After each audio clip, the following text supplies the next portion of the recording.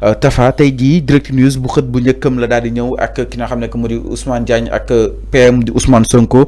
Qu'attend le garde des Sceaux pour jeter l'éponge? Donc sur le titre de Direct News de ce matin, le PM avoue s'impliquer justement dans certains dossiers judiciaires. Donc nag ministre bi lan lay daal di xaar pour daal di tekki normal tant que mu nekk laaj bi nga xam ni itam xëtu yëglekaay bi laaj na ko. Ousmane Sonko a précisé n'avoir jamais ordonné d'arrestation jusque-là, mais que cette posture de retenue avait éteint ses limites. Son aveu d'implication dans certains dossiers ne milite pas en faveur de la rupture annoncée dans le rapport entre l'exécutif et le judiciaire. Manam li tax Ousmane Sonko ni lay dina dugg ci ay dossiers nekkoon lu daal digoon askan wi diggante ak justice ak li nga xam nekk moo di exécutif.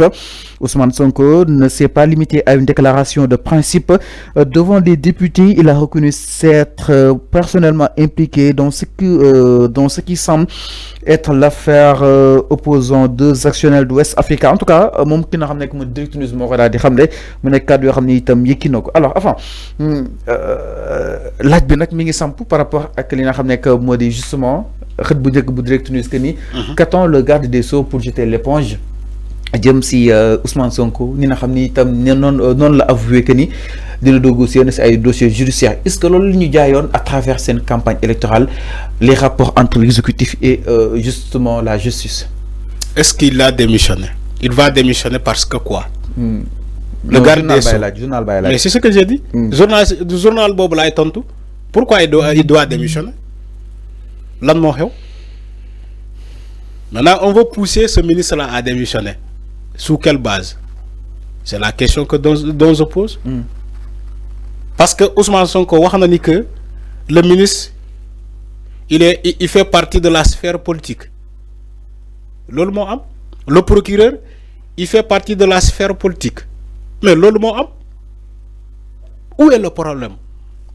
C'est ça la vérité. Loolu moo am. Yàgg naa la ko fay wax balaa Sonko nee naa la un ministre ne peut pas être indépendant. Képp ku la ne ministre bi dafa indépendant, c'est faux. Parce qu'il rencontre les mercredis en conseil des ministres. Il est sous pression. Parce que le gouvernement veut faire des résultats. Moi, les ministres là sont sous pression. Et il me dit que vous voulez dire que yeneen ministres yëpp mën nañu leen teg pression pour ñu def ay résultats, mais nañu bàyyi le ministre de la justice kenn waru ko teg pression. Mais comment ça? Il est ministre comme les autres ministres.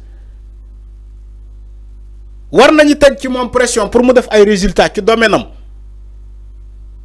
Après vous nous dites que non, le ministre de la justice doit être indépendant. Mais c'est faux. La justice doit être indépendante. La justice, je suis d'accord. Mais pas le ministre. Magistrats yi ñi sol ay robe ci seen exercice de fonction, ils doivent être indépendants, ces magistrats-là. Mais le ministre qui est ministre, comme tous les autres ministres, non, il peut pas être indépendant. C'est ce que je dis. Dafa bëgg doxal indépendance am. Déedéet mënul am indépendance. C'est-à-dire nee na kenn ko teg pression. Dama ne waxuma pression. Tous les ministres sont sous pression. Dans tous les pays au monde. Non, arrêtez lien temps bi. Bàyyi leen caaxaan. Dafa am lu ñu jaayoon si li nga xam ne que moo di campagne bi exactement. Oui, muy wan. Am loo xam ni tout le temps yàggoon nañ ko wax ki nga xam ne que moo di Macky Sall, sa façon de gouverner. Sa façon aussi de gérer le pays. Oui. Mu si impliqué wàllu justice yàgg na fay toog. Oui. Depuis 2023. di ŋàññi Macky Sall. Le fait que mu dugal loxoom si li nga xam ne que moo di justice bi. Oui. di impliqué ay jàppale kii jàll kële. Arrestation yoo xam ni itam en plus finir ñoom Pape Alé Niang et compagnie. Oui. Étonné wu la. Étonné li ñu jaayoon si campagne bi. ni di leen séparer dem bay wax ni sax di leen retiré wu. si conseil supérieur de la magistrature. Ousmane Sonko ni dorénavant dina si impliqué wu à fond concrètement. Kan moo impliqué Ousmane Sonko. Alors loolu dem Assemblée nationale. Fallou dama lay wax benn affaire pour nga comprendre. Oui, dama lay wax benn affaire nga leeral. dama lay wax dama ne wax na loolu il va s'impliquer. waaw ci ñu koy saaga. la wax. Mais pas les dossiers de la justice. Dama bëgg tamit non Fallou quand on informe juste c'est vrai. Léegi ma ñëw da nga évoquer la justice. Non, avant mënoo def la part des choses. Non, bien sûr. Dama ne tu m'as posé une question ou bien tu parles à mon nom. Dama ne OK. tu m'as posé une question sur deux faits. Justice Macky Sall ak justice bi. Légui may ma ñëw. Jamono Macky Sall aussi ñu doon def. Oui, jamono Macky Sall. Fofu la bëgg ñëw pour nga comprendre. Kayta ba leen arrêté. Dama ne nga fi ngañ ko. Jamono Macky Sall. Jamono Macky Sall. Nekul ay Macky Sall ci bopam. Macky Sall ci bopam. Moko wax à haute voix. Amna ay nit yo xamantene buñ leen jappé dëkk bi day yëngu. Ministre de la justice, procureur day informer ministre de la justice. Ministre de la justice kan lay informer président. Président xool ni que kii bu ñu ko jàppee dëkk bi day yëngu ma teg ci sama conc Macky Sall moo ko wax am na wala amul Macky Sall moo ne ci boppam. loolu du sama question de. dinaa ñëw tu m'as donné les deux justices à comparer. Donc je vais comparer les deux justices. Alors Macky Sall ci boppam la ñuy joxe décision de justice mu ne kenn du ko respecter. Décision de justice le tribunal des grandes instances de Dakar rendre na fi un verdict. Macky Sall lank ak le ministre de la justice Ismaïla Madior Fall ñu ne duñ ko respecter. Le tribunal de Ziguinchor Sabassi Faye nee na du ko respecter. sama question de. jël nañu jaxase justice bi ñu jël un agent judiciaire de l'État un agent judiciaire boo xamante ne finance wàllum finance koppar lay gérer ñu yóbbu ko dans une chose tellement bas ci candidature Ousmane Sonko yóbbu ko ba CEDEAO alors que il s'agit pas d'argent. Tout ça c'est du Macky Sall. Justice les détentions préventives ci Macky Sall dañuy japp nit parce que da doon sandi xeer ñu japp ko wala da doon dem boutique ñu jël loxom xol loxom loxo yi xawa weex ñu yóbbu ko kaso mu def ci kaso bi 6 mois wala 1 an nit bind na ci page ñu yóbbu ko kenn atewu ko pendant 1 an mu ngi ci kaso bi mais légui képp ko ñu japp semaine prochaine ñu def un procès ci yow li may wax ni sosaluma kenn ñoom Ameth Ndoye ñu ngi fii procès lañ leen defal ñu génnee kaso ñoom Bougane ñu ngi fii procès lañ leen defal ñu génnee kaso ñoom Ahmed Suzanne Camara ñoom Bah Diakhaté ñoom keneen ak keneen bu nekkoon ci Macky Sall ñooñu sax xalaatuñu bay génnee kaso yow yaa gën a xam bu baax li may wax. Le conseil supérieur de la magistrature bi ngay wax keroog Diomaye le soir de la fête de l'indépendance le 4 avril. Quand il a fait face à la presse, là, ils l'ont posé la même question. Dafa ne dañoo déggoo ci ay points sauf point bobo. Magistrat yi ci seen bopp ñoo d'accordul pour le président mu quitter le conseil supérieur de la magistrature parce que déggoowuñu seen biir magistrat yi. Donc la faute n'est pas au niveau du président de la République. C'est les magistrats qui ont refusé pour que le président mu jógee ci instance bobo. Parce que dañuy ne au moment où on parle, les magistrats là ne sont pas prêts. Dañu ne magistrat yi ñoom bu ñu amee contentieux entre ñoom kan moo leen di arbitrer c'est la question qu'ils ont soulevée qui est les réformes et la modernisation de la justice bu ñu def à Diamniadio loolu moo nekkoon premier levier bu Diomaye bu mu def ci institution yi loolu moo am léegi boo waxee dëgg lan la lay wàññi il faut dire la vérité aux gens. Justice Macky Sall ak justice bi il y a une très grande différence. Amna écart. Yo yéen a gën a xam loolu. Yéen les manipulateurs là. Yéen a gën a xam loolu. Attends, je te permets pas. Enfin, tu vois. Donc loolu moo am. Enfin, peut-être je reprécise justement ma question. Bi ma lay laaj. Di nga repréciser ba sonn yow. Enfin, parce que est-ce que mën na ko tontu Arfan ak lépp lu mën a xew. C'est des dossiers judiciaires. Oui. Sang wax na ko que ni Ousmane Sonko peut-être du dugg si li nga xam ne que moo di. léeg-léeg ku ko saaga. moom ci boppam la wax maa ngi ñëw ku ko saaga. dina régler li nga xam ne que moo di. affaire am ak voilà il faut dire comme ça. Arfan yoon la wàññi dara. yoon képp ku mu wóorlu. C'est le procureur. Dina concerner procureur dina concerner ministre de la justice wala kon dina concerner ki la plainte. Oui. Ousmane Sonko si birelee. Oui. Dina si impliqué ou donc dina la li nga xam ne. Tu sais pourquoi il va s'impliquer? C'est lui-même qui va porter plainte maintenant avec ses avocats. Kenn du ko porter plainte à son nom. Dégg jox naa la idée plainte. Jox naa la idée plainte moo tax nga leen idée plainte. Dama ne moom ci boppam avec ses avocats. képp ku ko saaga moom mooy plainte direct. Non déglu ma enfin. Yow tu sais que Ousmane Sonko du dem ci magistrat yi ne leen dem leen ngeen jàpp diw lan la mën a def porter plainte saisir ses avocats ñu ne ko diw saaga na ma demal nga porter ko plainte à mon nom loolu kese la mën a def loolu kese la mën a def moo tax mu ne leen maintenant il va s'impliquer te képp ku ko saaga il va saisir la justice.